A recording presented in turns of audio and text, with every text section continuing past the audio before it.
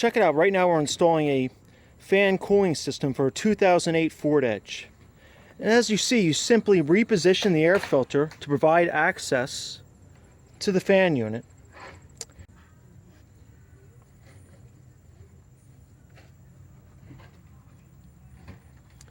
And as you see, what we've done is take the cooling hose and just tied it back on the motor lifter.